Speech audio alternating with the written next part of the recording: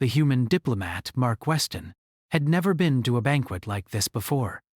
When he received the invitation to the intergalactic feast, he assumed it was just another diplomatic event. He had attended dozens of such events across different planets, negotiating peace deals and ensuring human interests were respected. But this one was different. The invitation came from the Scifian Empire, one of the most powerful and feared factions in the galaxy. And the banquet was held on their capital world, an exotic, luxurious planet known as Ariel, where its floating palaces gleamed against the dark sky. Mark didn't know it yet, but this would be the night that changed his life forever. The moment Mark landed on Ariel, he could feel the tension in the air. It wasn't just the usual nerves of a diplomat entering unknown territory. It was something deeper, a sense of ancient power that seemed to surround him. The streets were lined with tall, alien trees that hummed with energy, their silver branches twisting in strange, almost hypnotic ways. The people, no, beings, on this planet were not what he was used to. They were taller, their skin shimmering with shades of blue, green, and even purple. Their eyes glowed with an unnatural light, and their movements were both graceful and intimidating. As he walked through the grand halls of the palace, Mark couldn't help but feel a sense of awe. The building itself was a marvel of alien architecture. It seemed to bend the laws of physics, with rooms and hallways that shifted and changed as though alive. Massive windows displayed the city below, a glittering sea of lights in the distance. But none of the lights seemed to come from conventional sources. The palace had its own energy, an aura that pulsed through the air like a heartbeat. "Welcome, human," a voice said, pulling him from his thoughts. He turned to face an alien servant, whose face was hidden behind a veil of golden light. The servant handed him a glass of sparkling blue liquid and nodded toward the banquet hall. "Please follow me." Mark had been told the banquet was a simple event designed to celebrate an important trade agreement between the Xerithians and the United Earth Federation. But there was something off about the way everything was set up. The chairs were arranged in a circular fashion, but the number of seats didn't match the expected guests. The atmosphere was tense, as if the guests were waiting for something more than just a friendly gathering. As he entered the grand banquet hall, Mark was struck by the size of the room. It stretched far beyond what seemed possible, its ceiling lost in darkness. The floor was made of polished crystal, reflecting the shimmering lights of floating orbs above. The walls were adorned with tapestries of strange creatures. Some he recognized from his studies, others completely alien to him. The air smelled faintly of exotic spices and something sweet, a fragrance that seemed to have a calming effect. But what really caught his attention were the guests. There were a dozen different species in the room, their appearances ranging from humanoid to incomprehensible. Some of them had 4 arms, others had eyes that multiplied like galaxies. Their clothes were ornate, reflecting their status in the Empire. Mark, in his simple dark suit, felt incredibly out of place. Despite his discomfort, he tried to keep his composure. He was here on official business, after all. His mission was to discuss the future of the United Earth Federation's relationship with the Xerithian Empire, but as he scanned the room, he realized how far out of his depth he truly was. The banquet began with introductions. The hosts, a group of Xerithian nobles, spoke in a language that sounded like music, each word a note that seemed to echo in Mark's mind. He couldn't understand the specifics of the conversation, but he gathered that they were talking about trade and power, a topic he was very familiar with. Then came the moment that would change everything. Mark, distracted by the alien guests and their strange customs, didn't notice the seating arrangement. The other diplomats, dressed in their finest clothing, were taking their seats at the outer edges of the table. But Mark, unaware of the tradition, chose a seat near the center, a seat that was clearly reserved for someone of great importance. He didn't realize his mistake until the hushed whispers began to spread through the room like wildfire. The Xerithian nobles, who had previously been polite and cordial, now stared at him with confusion. The alien eyes were not kind. They were full of suspicion. Mark shifted in his seat, trying to look as composed as possible. It was then that the door to the hall opened, and the atmosphere shifted once again. A figure entered the room, her presence so commanding that every single creature in the room immediately fell silent. Mark couldn't help but stare at her. She was tall, even by the standards of the other alien species. Her skin was an ethereal shade of pale violet, and her eyes were unlike anything he had ever seen. They were gold, with flecks of red that glimmered like embers. Her hair was long and silver, flowing down her back in a cascade of light. She wore an intricate gown made of woven energy threads, shimmering with every step she took. She was the Xerithian princess. Mark had heard rumors about her, of course. She was known across the galaxy as one of the deadliest beings alive. Her name was Xariath, and her power was both feared and respected. She had single-handedly crushed rebellions on her homeworld, led armies to victory in the galaxy's most brutal wars, and secured the Xerithian Empire's dominance over countless other species. It was said that when she spoke, even the strongest beings listened. As she walked into the room, the other guests immediately rose to their feet, bowing their heads in respect. Mark, however, was too late to realize the significance of the moment. He stood awkwardly, unsure of what to do. And then their eyes met. Xariath's gaze locked onto Mark, and for a moment, the room seemed to hold its breath. Mark felt the weight of her stare, a gaze that seemed to pierce through him, reading every thought, every feeling he had. There was power in her eyes, a raw, untamed energy that made him feel small and insignificant. Without a word, she stepped forward. The crowd parted as if they were parting for royalty, and, in a way, they were. Mark's heart raced. He had no idea what was happening, but something told him that this moment was crucial. He had made a terrible mistake by sitting at the wrong seat. But what was more terrifying was the way the princess was now walking toward him. Her voice, when it came, was like music, a soft, melodic tone that was somehow both comforting and terrifying. "You," she said, her eyes never leaving his, "you have chosen the wrong seat." The room was deathly silent. Every single being in the hall was waiting for her command, for her judgment. Mark opened his mouth to speak, but no words came out. Xariath's lips curled into a smile, one that sent a chill down his spine. "But perhaps it was fate," she said, her voice soft but filled with authority. "I have chosen you." The whispers began again, but this time they were not filled with confusion. They were filled with awe, with respect, with fear. Mark had no idea what was happening, but in that moment he understood one thing. His life was about to change, and there was no turning back. The room was still, as if frozen in time. Mark stood there, staring at the Xerithian princess, trying to make sense of what was happening. His heart pounded in his chest, the noise of his own breathing filling his ears. He had made a terrible mistake. He had taken the wrong seat at the banquet, but the Princess Xariath, seemed to find something in it that others did not. Her golden eyes were fixed on him, and for a moment, Mark felt like he was the only person in the entire room. He swallowed hard, feeling the weight of her gaze pressing against him. "You," she said again, her voice a smooth, melodic sound that seemed to echo in his mind. "You've chosen the wrong seat." Mark tried to find the words to explain himself, but nothing came out. The words seemed to get caught in his throat, and his mouth felt dry. His mind raced, searching for an excuse, something to say to smooth things over. But nothing came. Instead, Xariath stepped forward, her presence overwhelming, and Mark couldn't help but take a small step back. The energy around her was palpable. It was like standing in the eye of a storm, quiet but dangerous, powerful beyond measure. Every movement she made seemed deliberate, controlled, as if she knew exactly what was going to happen next.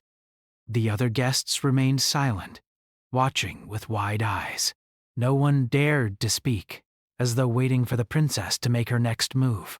Mark's palms were sweating, and he could feel his heart racing. This was the princess, the most feared and respected ruler in the galaxy. Her name was known across the stars, and her actions had shaped the fate of entire worlds. She was a figure of legend, and now she was standing right in front of him. "I've chosen you," she said, her lips curling into a slight smile. "You are mine for tonight." Her words sent a shock through Mark. For a moment, he didn't know how to react. Was she joking? Was this some kind of test? He looked around at the others, hoping for some hint, some clue. But everyone remained perfectly still.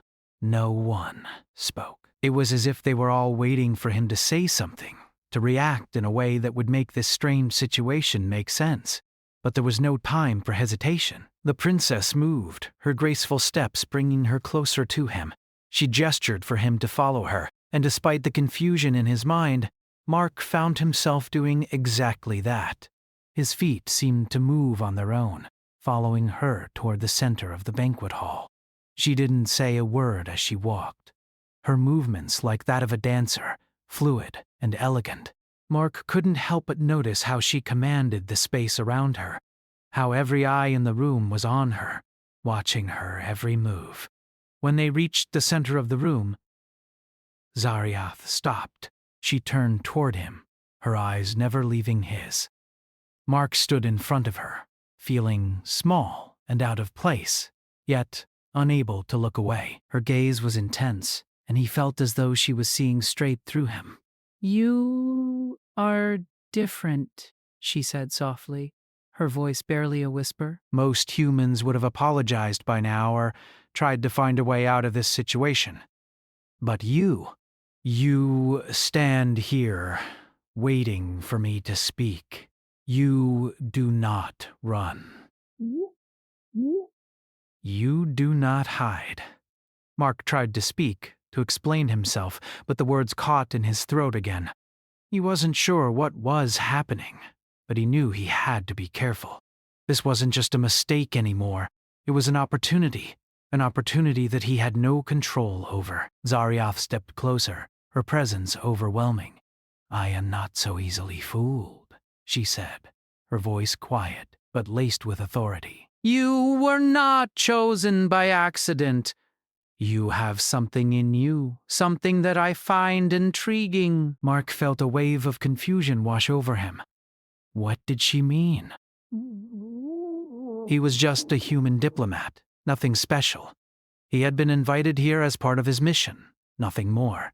So why had the princess chosen him? Why was she singling him out? Before he could ask, she spoke again. "I know why you're here, Mark Weston," she said, her voice a soft purr. "You come from Earth, a planet that has barely scratched the surface of the galaxy. You are here on a mission to negotiate, to build alliances with the Zerithian Empire. But your presence here, at this very moment, is not by chance.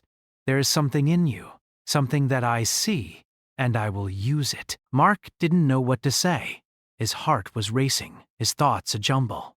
He had never felt so out of place in his entire life, but at the same time, he felt something else. There was a strange pull in the air, an undeniable connection. He could feel her power, her authority, and something else, something far deeper. The princess turned away from him, her gaze sweeping across the room. "You will stay by my side tonight. You will listen to me and you will follow my lead. In return, you will learn things that no human has ever learned. You will understand the true power of the Zerithian Empire, and perhaps you will even see what lies beyond the stars." Mark blinked, trying to process her words. What did she mean? What kind of power was she talking about? He had heard of the princess's strength in battle, her skills as a strategist, but what could she possibly want with someone like him? As if reading his thoughts, Zariath turned back to him. "You think you are nothing more than a diplomat, don't you?" "A simple man from a simple planet. But there is more to you than that, Mark." "I see it. I will show you what you are truly capable of." Before he could respond, Zariath raised her hand, and the room seemed to shift around them. The walls, once still and distant, now hummed with energy. Mark could feel the air crackling, the temperature rising slightly. It was as though the room itself was alive, responding to her commands. She smiled, a knowing look in her eyes. "I chose you, Mark Weston, because you will be part of something far greater than you ever imagined. Your life will change tonight, and whether you like it or not, you will become part of the Zerithian story." Mark didn't know what to say. He was caught in her grip, trapped by her words and her power. He had made a mistake by taking the wrong seat, but somehow it had led him to this moment. He didn't know where it would take him, but one thing was certain. His life would never be the same again. Zariath turned toward the other guests, and Mark, still in a daze, followed her lead. She had chosen him, and now he had no choice but to walk beside her into the unknown. Mark had never felt so out of place. Standing beside Princess Zariath, he tried to keep his composure. But everything felt different. The room was no longer a simple banquet hall, but a battlefield of political intrigue and deadly power plays. He was caught in the middle of something far bigger than himself, and every step he took seemed to draw him deeper into the web of the Zerithian Empire. The guests who had once stared at him with curiosity were now watching him with something else in their eyes, something darker. He could feel their gazes lingering on him, measuring him, sizing him up. "And Zariath?" She stood tall, her presence like a beacon that attracted the attention of everyone around them. She didn't need to speak to command the room. Her very being was enough to draw the eyes of every creature present.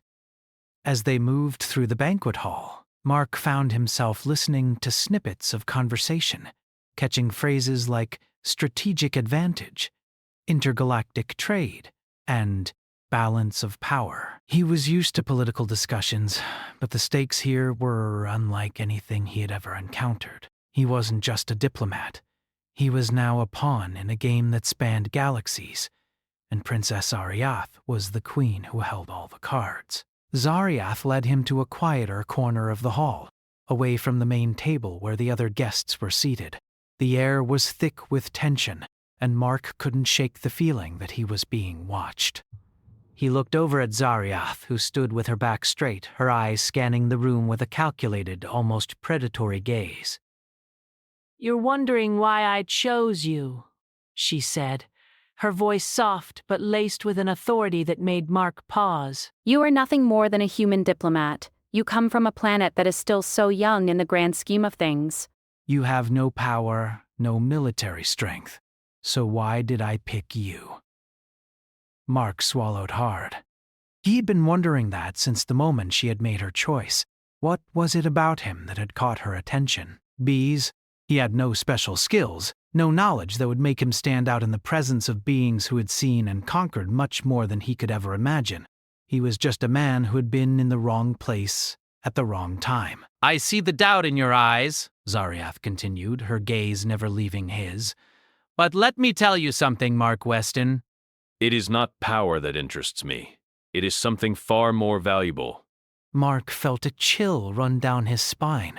What could she possibly want from him? You see, Zariath said, taking a step closer, every empire, every kingdom is built on alliances, but true power does not lie in strength alone. It lies in understanding the hearts and minds of others, in understanding how to manipulate the game to your advantage.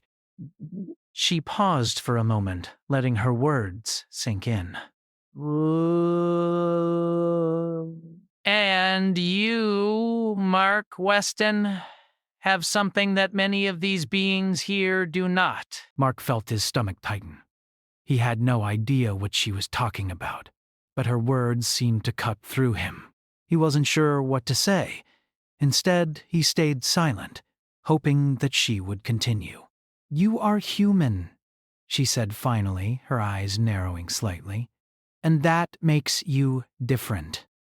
You come from a planet where emotions run high, where desires shape every action. You know how to connect with others on a level that even the most powerful leaders here cannot. And that, Mark Weston, is something I can use." Mark blinked, trying to process her words. She was saying that his humanity, something he had always thought of as a weakness, was now his greatest strength. "Don't look so surprised," she continued, her lips curling into a faint smile. "You may think of yourself as a small, insignificant creature, but to me, you are a tool that could turn the tides of galactic politics in my favor." Mark's mind raced. He had always been trained in diplomacy, in reading the room and negotiating deals, but this was unlike anything he had ever been prepared for. He was being offered something he had never imagined, a chance to play a key role in the future of an empire, a chance to have his influence felt across the stars. "I'm not a pawn, if that's what you're thinking," Zoriath added, her voice low but firm. "I don't need another soldier. I need someone who can think, someone who can see what others miss. You have that ability, even if you don't realize it yet, and I will teach you how to use it." Mark wasn't sure if he should be grateful or terrified. He had never been one for ambition, but the idea of being part of something so grand, something that could shape the future of entire civilizations, was intoxicating. And yet, the fear was still there, gnawing at him. What would this mean for his future? What would it mean for his world? As if sensing his hesitation, Zariath gave him a knowing look. "You can say no, of course," she said, her voice smooth as silk.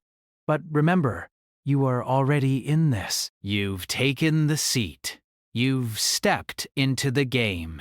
There is no turning back now." Before Mark could respond, the doors to the banquet hall opened, and a new group of guests entered. These beings were unlike any he had seen before.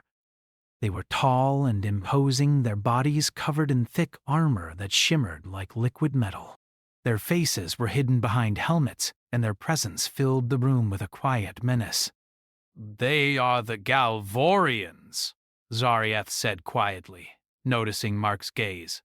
"A race known for their strength and brutality. They have no interest in diplomacy, only in power.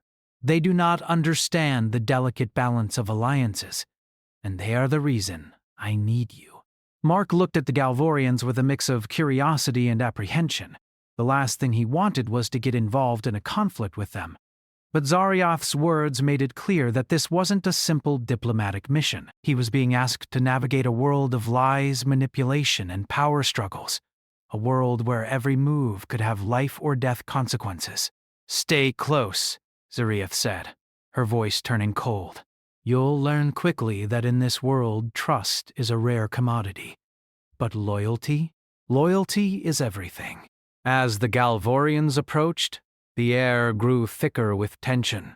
Zariath's presence seemed to intensify, and Mark could feel the shift in the atmosphere. It was no longer a banquet, it was a battlefield, and every word, every gesture, every glance held weight. Mark realized then that he wasn't just a guest at this banquet. He was already part of something far bigger than himself. He was a player in a game he didn't fully understand, and the stakes were higher than he could have ever imagined. But there was no turning back. He had made his choice, and now he would have to survive in this political web, navigating alliances, enemies, and the deadly mind games of the princess who had chosen him. The banquet had turned into a maze of intrigue and tension. Mark stood at Princess Zariath's side, his heart racing as the Galvorians approached. The air was thick with an unspoken challenge. Zariath moved with confidence, her presence alone sending a ripple through the room. Mark couldn't help but wonder how much of this world he could truly understand, how much of this game he could survive. Every move felt critical, every word felt like a potential trap. But he had already crossed a line. There was no turning back now. As the Galvorians neared, Mark could feel his pulse quicken. He had heard of them, of course. The Galvorians were known for their sheer physical strength, their unyielding desire for dominance. They respected only power, and their reputation for violence was unmatched across the galaxy.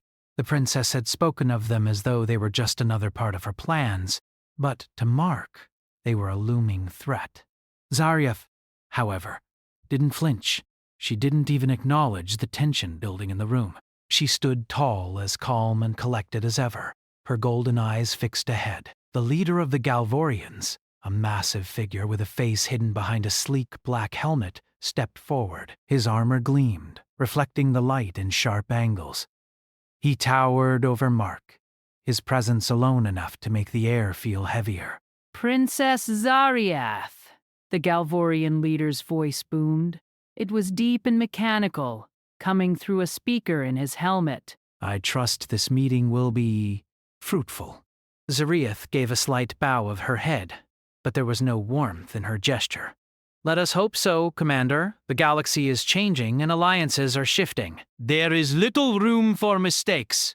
Mark stood silently, observing the exchange. He had never seen diplomacy like this before. It wasn't about kindness or even respect. It was about power. It was about understanding the game and using it to your advantage. Mark wasn't sure if he was part of the game or simply a pawn in it. But one thing was clear. He couldn't afford to make a mistake. The Galvorian leader's gaze flicked to Mark, his eyes narrowing slightly behind his helmet. "And what is this?" he asked, his voice laced with suspicion. "A human diplomat?" Zaryath's lips curved into a small smile, though there was no humor in it. "This is Mark Weston," she said, her tone calm but full of authority. "A representative of Earth, and he is part of my plan." The Galvorian leader didn't respond immediately. Instead, he turned his attention fully to Mark. His gaze was cold, calculating, as if he were trying to read Mark's every thought. Mark could feel the weight of it, like the heat from an invisible fire. "You would trust a human?" the commander asked, his voice low. "Do you not know the history between our people?" Earth has no place in the greater game. It's a small world, barely worth a second glance. Mark swallowed. The commander's words stung, but he had no response. But what could he say? The Galvorians were right. Earth was small, isolated. They had no real military power, no influence on the scale of the galactic powers. Yet here he was, standing beside the princess, caught up in something much larger than he had ever imagined. Zaryath's expression remained unchanged, but her voice grew sharper. "You underestimate Earth, Commander." "Underestimate this human," she said, her eyes flicking to Mark, "and you risk underestimating me." For a moment, there was silence. Mark could feel the tension building, the storm threatening to break. The Galvorian leader's fists clenched at his sides, but his helmet gave nothing away. Mark didn't know what Zaryath was playing at, but he could see she wasn't intimidated. Finally, the Galvorian commander spoke again, his voice full of restrained anger. "Very well, Princess. I'll play your game. But remember, the Galvorians always get what they want in the end." Zaryath's smile was small, but full of confidence. "And you will get exactly what you deserve," she replied. With that, she turned and began to walk away, motioning for Mark to follow her. As they walked through the hall, the tension from the encounter hung in the air like a thick fog. Mark's heart was still pounding in his chest, but he didn't dare show weakness. The princess had just made a bold statement, one that would shape the future of their meeting with the Galvorians. But what was she really after? Once they were out of earshot, Zaryath spoke, her voice low. "You handled yourself well, Mark," she said. "But you're still far from understanding the full extent of this game." Mark nodded, though he didn't feel entirely reassured. "What was that about?" "The Galvorians. They hate Earth. They'll never work with us." Zaryath's gaze turned cold. "The Galvorians do not work with anyone, not unless it serves them. But their strength is undeniable, and that is why we need them." She paused, glancing at him.